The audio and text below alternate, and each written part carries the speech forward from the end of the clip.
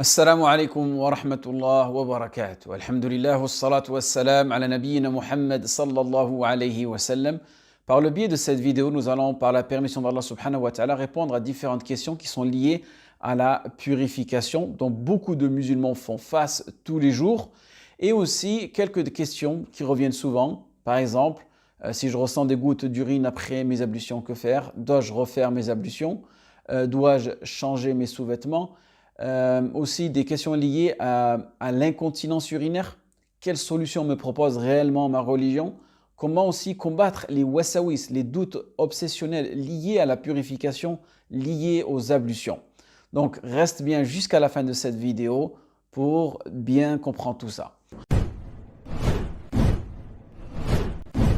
Dans un premier temps, ce qu'il va falloir comprendre, barakallahu fikum, c'est qu'en islam, nous avons deux types de souillures. Nous avons la souillure mineure et la souillure majeure. Donc la souillure majeure, celle qui entraîne l'accomplissement des grandes ablutions, qu'on appelle al-ghusl, donc un bain rituel, avec des règles spécifiques, comme mentionné que j'avais effectué dans une vidéo précédemment. Ensuite, nous avons la souillure mineure, d'accord? Comme le fait d'uriner, la défécation, le paix, la consommation de viande de chameau, le sommeil, tout cela entraîne les petites ablutions, l'accomplissement des petites ablutions. Et ce qui nous intéresse particulièrement, c'est l'urine. Et pour bien comprendre tout ça, je vais vous donner différents scénarios. D'accord? Donc, scénario numéro 1. Admettons que tu viens de finir d'uriner. Comment vas-tu te nettoyer? La question peut paraître stupide, mais beaucoup de personnes tombent dans les wasawis et les insufflations sataniques et obsessionnelles, car elles utilisent la mauvaise méthodologie. Nous avons un hadith qui a été rapporté par l'imam Muslim. D'après Salman, radiyallahu anhu, le prophète sallallahu alayhi wa sallam a dit: il nous a interdit de nous nettoyer les parties intimes, donc c'est-à-dire le pénis, l'anus et la vulve pour la femme, en utilisant moins de 3 pierres. Et on est bien d'accord que les temps ont changé et personne aujourd'hui ne dispose de pierres dans sa poche, donc vous pouvez bien sûr utiliser l'eau, par exemple, ou bien utiliser le papier toilette. Donc, tout simplement, qu'est-ce que tu vas faire? Tu nettoies tes parties intimes et tu n'as pas à vérifier si l'endroit est totalement propre. Et ni aussi à essorer ta partie intime, par exemple, si ton pénis. Beaucoup de personnes font ça. Car elles veulent absolument vérifier qu'il ne reste aucune goutte ou bien aucune trace de défécation. Mais cela, en réalité, peut ouvrir une porte au doute, puis au doute obsessionnel. D'accord? En revanche, certaines personnes ont des problèmes de vessie, donc d'écoulement urinaire. Et là, je fais une petite précision, je parle bien d'écoulement réel et non pas l'impression d'écoulement. Parce qu'il y a des personnes, malheureusement, elles ont des wasawis. Donc, l'écoulement de gouttelettes d'urine peut apparaître plus tard dans ce cas-là. Si cela est de manière occasionnelle, qu'est-ce qu'elle fait la personne? Elle attend quelques secondes. Et si cela devient répétitif et que le délai d'attente est long, alors, par déduction ici, ce que les savants disent, elle fait partie des gens de l'incontinence urinaire, ce qu'on appelle salas al-bawl. Donc, dans cette situation, que faire? Il y a 4 étapes à respecter. Premièrement, laver le sexe, d'accord? Deuxièmement, laver l'endroit touché de votre vêtement. Et il n'est pas nécessaire de le changer, d'accord? L'urine est une impureté qui disparaît, ça il faut savoir, en aspergeant avec de l'eau. Pas besoin de frotter, mettre du savon, juste de l'eau c'est suffisant. Troisièmement, mettre un mouchoir ou du coton sur le sexe pour éviter la propagation de l'urine ou bien une coquille spéciale incontinence urinaire, ça existe. Et quatrièmement, vous procédez aux ablutions pour chaque prière et vous effectuez autant de prières obligatoires et surrogatoires que vous voulez dans ce laps de temps-là. Parfait? Et l'urine qui s'échapperait malgré vos précautions ne vous nuira pas, bi'idhnillah. Allah subhanahu wa ta'ala nous a dit dans le Coran: wattaqullaha mastata'tum. Craignez Allah dans la mesure du possible. Donc ne laissez pas passer les prières et ne les reportez pas à cause de cela. Vos prières, elles sont valides, même si vous constatez un écoulement pendant ou après la prière. Et ces problèmes qu'on appelle d'énurésie sont souvent mal compris par les musulmans. Donc qu'est-ce qu'ils font? Ils se privent de prier à l'heure ou de prier à la mosquée ou de prier en groupe. Et il y en a même qui abandonnent la prière parce qu'elles ont mal compris l'incontinence urinaire.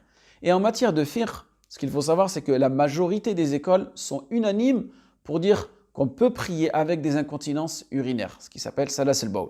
Et il est important aussi de savoir que l'incontinence de manière générale, la maladie dite salas al-bawl, qu'elle soit urinaire, gazeuse ou fécale, ou la veine saignante pour la femme, ce qu'on appelle l'istihada, ne rend pas du tout les ablutions invalides. Ça, il faut vraiment bien le comprendre. En revanche, une personne qui est atteinte de salas al-bawl, il devra éviter l'imam, donc le fait d'être un imam. Et ici, je vous donne une petite règle pour les gens qui ont du wasawis. Lorsque tu te nettoies tes parties intimes, barakallahu fik, l'essentiel étant de faire en sorte d'être sûr qu'on a enlevé la saleté et d'avoir fait le nécessaire. Et il n'est donc pas nécessaire d'en être absolument sûr. Vous voyez la nuance? Et aussi une chose souvent négligée, soignez-vous. N'hésitez pas à vous soigner. Et vous pouvez utiliser des huiles comme des huiles de pépins, de courge par exemple. Et n'hésitez pas aussi à consulter un médecin et aussi un urinologue. D'accord? Ne restez pas dans cet état-là. Et sache, chers frères, chères sœurs, que l'exagération résulte d'intrigues, d'insufflations sataniques.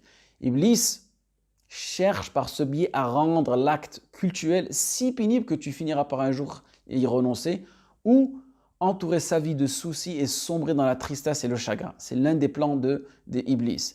Donc, contente-toi de ce que Allah subhanahu wa ta'ala t'a prescrit sans rien y ajouter, sans rien ni diminuer en y modifiant.